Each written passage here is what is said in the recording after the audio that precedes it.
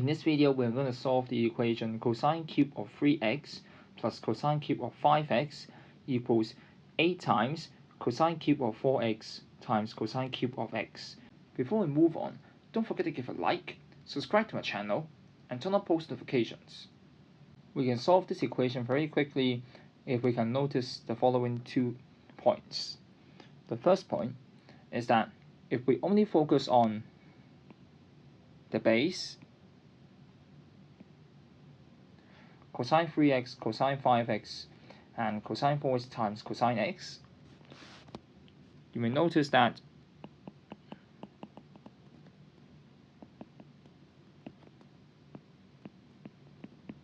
if I ignore the exponent and I just add the 2 cosine terms, we can use the sum to product formula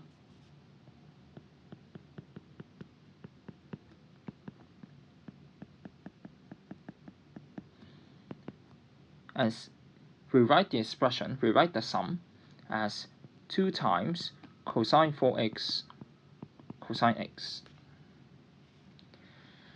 So now we notice that by writing the right side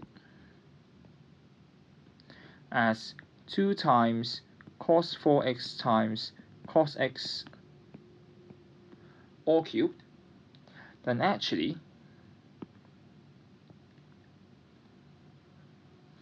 we have an equation where sum of 2 cubes is equal to another cube, while the sum of the bases are equal to the third base.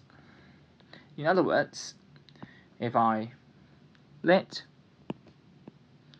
A equals cos 3x, B equals cos 5x, and C equals 2 cos 4x cos x, then actually I have these 2 equations. First, we have A plus B equals C. Also, A cubed plus B cubed equals C cubed. We can use these 2 equations with the following approach. So first we label equations 1 and 2. From the first equation, I can cube both sides so that A plus B all cubed equals C cubed. And I can put this into the second equation.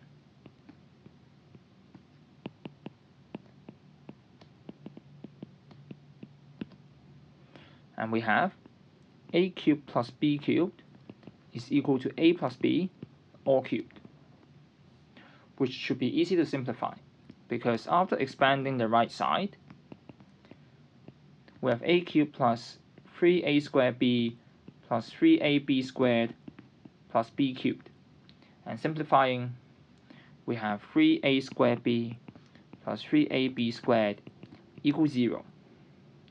Whenever we have some expression with common factors between terms that's equal to 0, we are happy, because then we can factorize and realize that either one of the members of the product is equal to 0.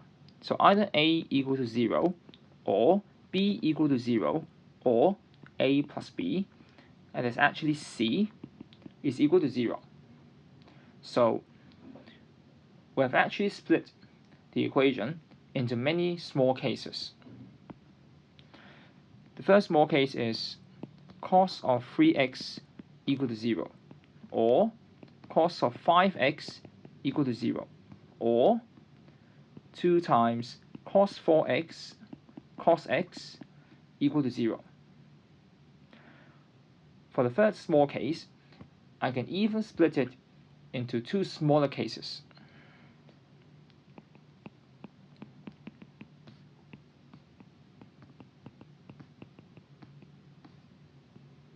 Which are cos 4x equal to 0, or cos x equal to 0. At this point, there are actually infinitely many solutions, so I'm going to focus on this range. For x between minus pi, and pi. That's what we call the principal solution. So we can deal with each case. For 3x, it can be equal to plus or minus pi over 2, plus or minus 3 pi over 2, or plus or minus 5 pi over 2. Basically, from the range that I've set, 3x can be between minus 3 pi and pi. So I can start writing plus or minus odd numbers times pi over 2 until we reach the end of the range. We can do the same for 5x, x, and 4x.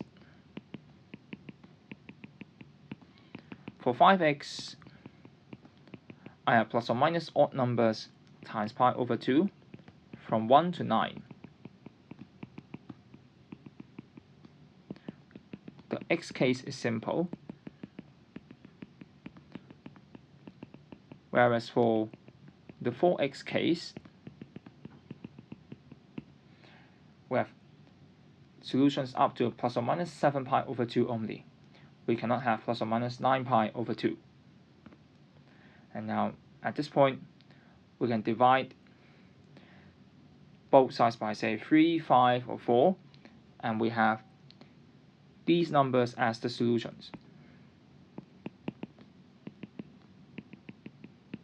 Plus or minus pi over 6, plus or minus pi over 2, plus or minus 5 pi over 6, plus or minus pi over 10, plus or minus 3 pi over 10, plus or minus 7 pi over 10, plus or minus 9 pi over 10, plus or minus pi over 8,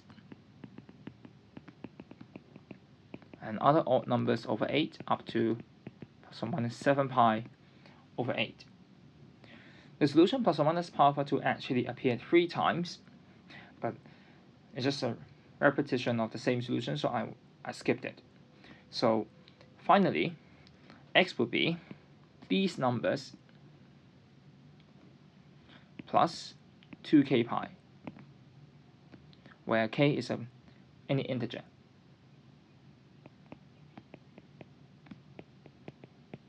And this is the final answer. Please feel free to share your ideas in the comments. Thank you for watching. See you next time.